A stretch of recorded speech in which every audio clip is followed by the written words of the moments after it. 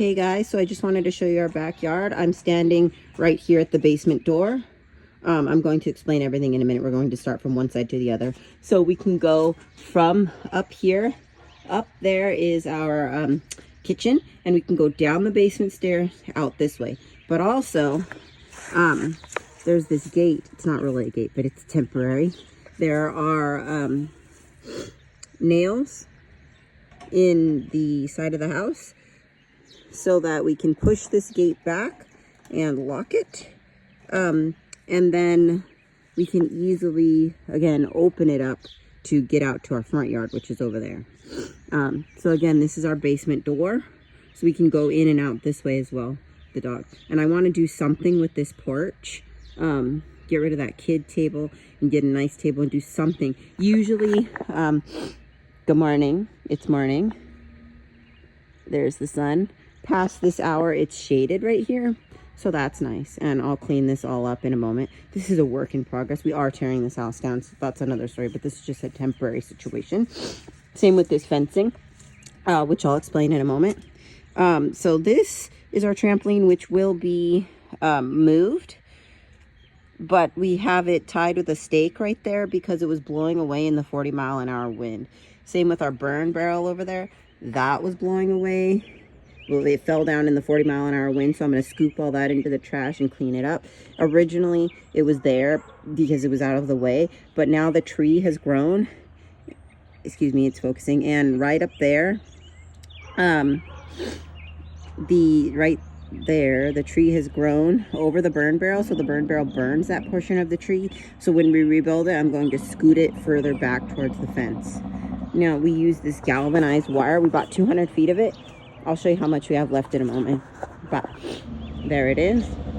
And actually, to be quite honest, our property line goes all the way to our neighbor's clothesline.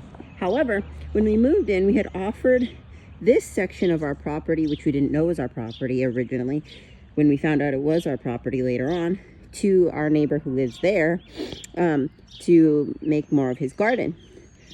That he wanted to do strawberries or whatever, but now he's having issues with his knee surgery or whatever. And we asked him yesterday when we were putting this fence up, and he declined. The grass is white over there because there is frost and ice on the grass. But so there's a stake over there with our property line marker. We are going to replace that and spray paint it bright orange or whatever, or pink or whatever bright color, so our neighbor doesn't mow over it accidentally. Since he's been mowing this section of the yard for years, even before we were here.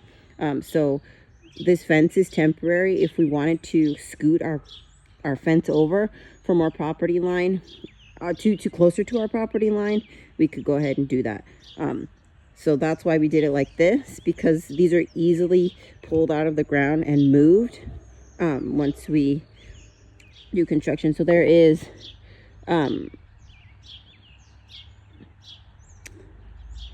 every 10 feet, excuse me, I lost my words for the moment. Every 10 feet, there is a stake. Now, it's not perfectly even, but as you see, this burn barrel is right over the tree. So we're going to scoot it way back over here to next to this compost pile, which we love. So also, secondly, our property line goes all the way to that ugly orange thing, plastic orange thing, but we left this section of our yard completely not with this temporary fencing, because that's where we are going to be doing the construction for our mother-in-law cottage tiny house thing. So that way the kids and the dogs and everything can be out of the way, and the fence can be out of the way, and then we can pick up this fencing and move it all the way to the end of our property line. There's a stake over there as well, so that actually the stake, I see it, you can't see it in the camera, but it is falling down. You can kind of see the end of our property where our clothesline was that we took down. Anyway, we can pick this up and move it over there. Eventually we will do a taller fence, and more privacy with junipers and different things to make a hedge, but that's another story. So we took all this fencing all the way up here and we nailed it to the side of the house over there.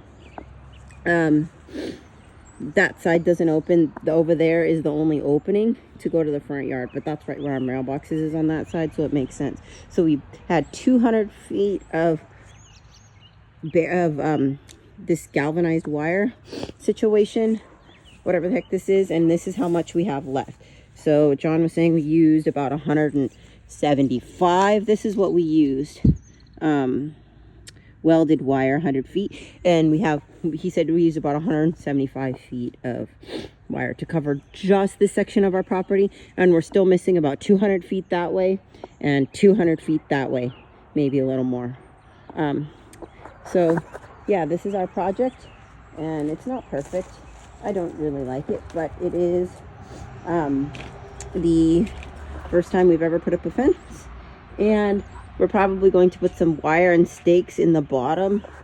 I'll show you here because we still have a few stakes left, but we're probably going to put some wire and stakes in the bottom because you can lift up the bottom slightly and it is a little bit wiggly, just to stabilize it there. But let me go back over here. My kids said that they wanted to have these stepping stones all the way this way, which would actually kind of look nice. So here's our basement door. Excuse me, we are taking this house down. Let's do a quick round. This is the porch.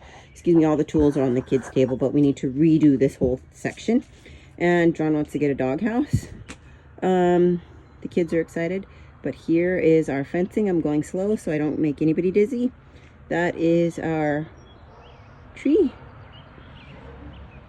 that still has buds on it, but has not gotten any leaves on it yet from winter. And that is our trampoline, which will be moved once the wind is over. Excuse me, that pillar's in the way. And there's the gate. So thank you for watching. And I'm going to go get the kids in school for the morning. And we'll be out here later when it's much, much warmer.